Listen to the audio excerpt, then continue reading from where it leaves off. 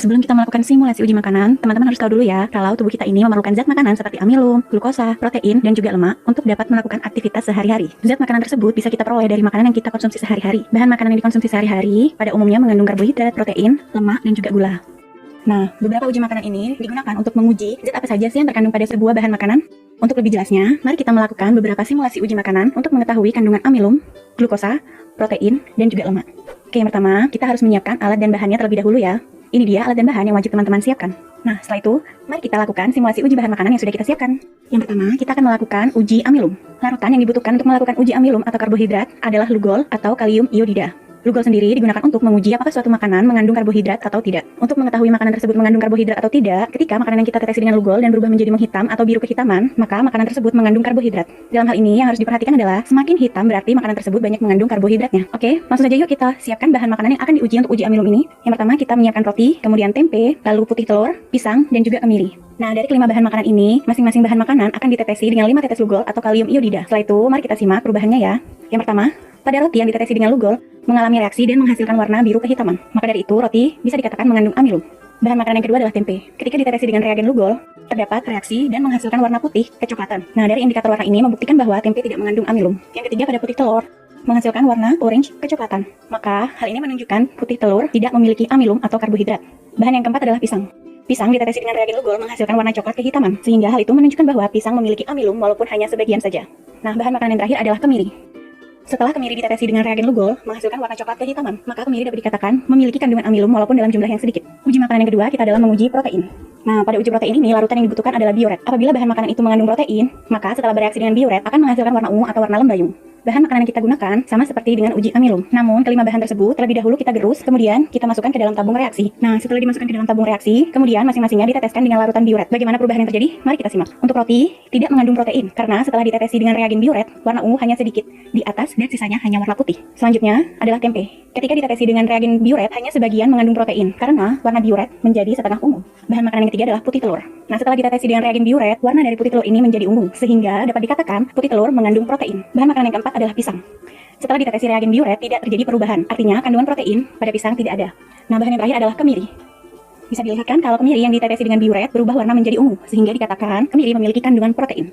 Uji makanan yang ketiga adalah uji glukosa. Reagen yang digunakan untuk uji glukosa ini adalah Benedict. Makanan dikatakan memiliki glukosa jika hasil reaksi tersebut menghasilkan warna merah bata. Nah, setelah 5 bahan makanan disiapkan, pertama kita gerus terlebih dahulu ya, kemudian dimasukkan ke dalam tabung reaksi. Setelah siap, kemudian masing-masingnya ditetesi dengan 5 tetes Benedict, kemudian dipanaskan. Nah, setelah dipanaskan, mari kita lihat bagaimana sih perubahannya. Oke, bahan makanan yang pertama adalah roti. Setelah ditetesi Benedict dan dipanaskan, mengalami perubahan warna menjadi orange. Hal ini menunjukkan bahwa roti mengandung glukosa. Kemudian tempe. Saat kita tetesi dengan larutan Benedict dan kita panaskan, terjadi perubahan warna yaitu agak orange. Dan warna ini menunjukkan bahwa tempe mengandung sedikit glukosa. Bahan makanan yang ketiga adalah putih telur. Ketika ditetesi Benedict kemudian dipanaskan, ternyata menghasilkan warna kuning kecoklatan. Hal ini menunjukkan bahwa putih telur mengandung sedikit glukosa. Nah, untuk bahan yang keempat adalah pisang. Setelah diberi larutan Benedict kemudian dipanaskan, terdapat perubahan warna menjadi coklat kehitaman. Maka dari indikator perubahan warna ini dikatakan pisang tidak memiliki kandungan glukosa. Kemudian uji bahan makanan yang terakhir adalah kemiri. Nah, kemiri ini berubah menjadi coklat gelap setelah ditetesi dan dipanaskan. Hal ini menunjukkan kemiri tidak memiliki kandungan glukosa. Uji yang terakhir adalah uji lemak. Nah, pada uji lemak ini kita hanya membutuhkan kertas buram dan juga bahan makanan. Nah, pada uji lemak ini kita menambahkan satu bahan makanan yaitu adalah margarin atau mentega. Kenapa sih untuk uji lemak ini kita menggunakan kertas buram? Hal ini disebabkan karena kertas buram mudah menyerap air atau minyak, sehingga cocok untuk pengujian ini. Jika terdapat noda transparan, maka bahan tersebut mengandung minyak. Semua bahan makanan yang sudah kita siapkan dioleskan secara terpisah di atas kertas buram yang telah kita sediakan. Nah, kertas buram yang sudah dioleskan oleh beberapa bahan makanan, kemudian didiamkan sampai kering. Oke, setelah dilakukan simulasi uji lemak, maka kita dapat mengetahui urutannya ya, yaitu urutan pertama yang memiliki kandungan lemak terbanyak adalah margarin. Karena pada margarin memiliki kandungan lemak ketika margarin dioleskan pada kertas buram dan meninggalkan noda transparan. Yang kedua adalah roti. Roti yang dioleskan pada kertas buram meninggalkan noda transparan. Kemudian pisang. Pada pisang ini dikatakan memiliki sedikit kandungan lemak karena kertas buram yang diolesi dengan gerusan pisang ini hanya meninggalkan sedikit noda transparan. Urutan yang keempat adalah tempe. Bahan makanan tempe ini tidak meninggalkan noda transparan. Pada urutan nomor 5 adalah bahan makanan kemiri. Kemiri ini dikatakan tidak mengandung lemak karena kertas buram yang diolesi tidak meninggalkan noda transparan. Dan bahan makanan yang tidak memiliki lemak pada urutan terakhir adalah putih telur. Putih telur yang dioleskan pada kertas buram tidak memiliki noda transparan. Oke, otakers.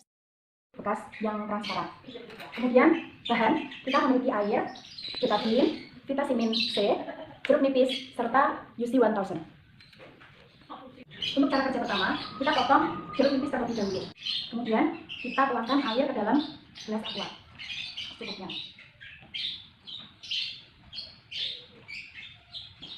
Kemudian kita masukkan bahan yang pertama adalah jeruk nipis ke dalam salah satu wadah.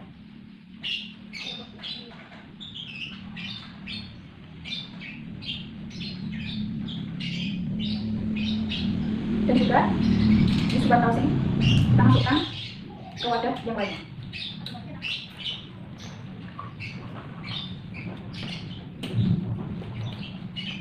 Nah, selanjutnya kita masukkan betadine atau iodin ini ke dalam larutan jeruk nipis.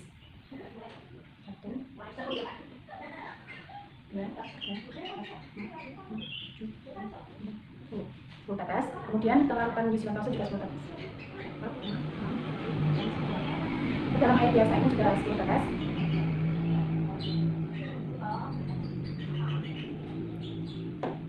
Di air biasa ini kita akan melihat reaksi dari Yuzu 1000, reaksi dari betadine dan vitamin C.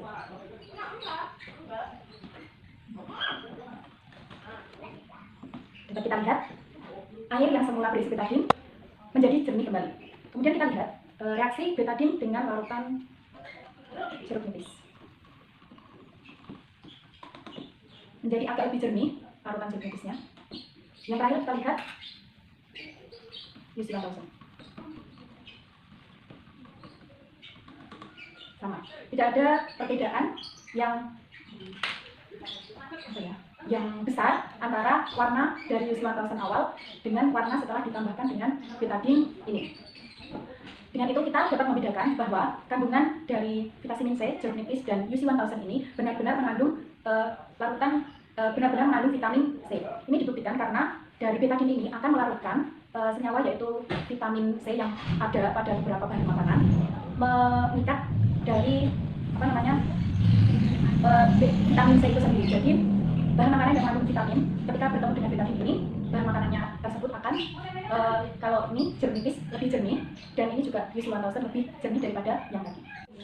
Kesimpulan yang dapat kita ambil pada praktikum kali ini, kita telah melakukan praktikum uji vitamin pada beberapa vitamin C pada beberapa bahan makanan yang telah kita dapatkan bahwa kandungan Yuzu 1000, jeruk nipis serta vitamin C ini mengandung untuk vitamin C ini, karena vitamin C ini mengandung 100% murni vitamin C sehingga akan menjernihkan air yang semula tadi agak coklat dicampur dengan betadine.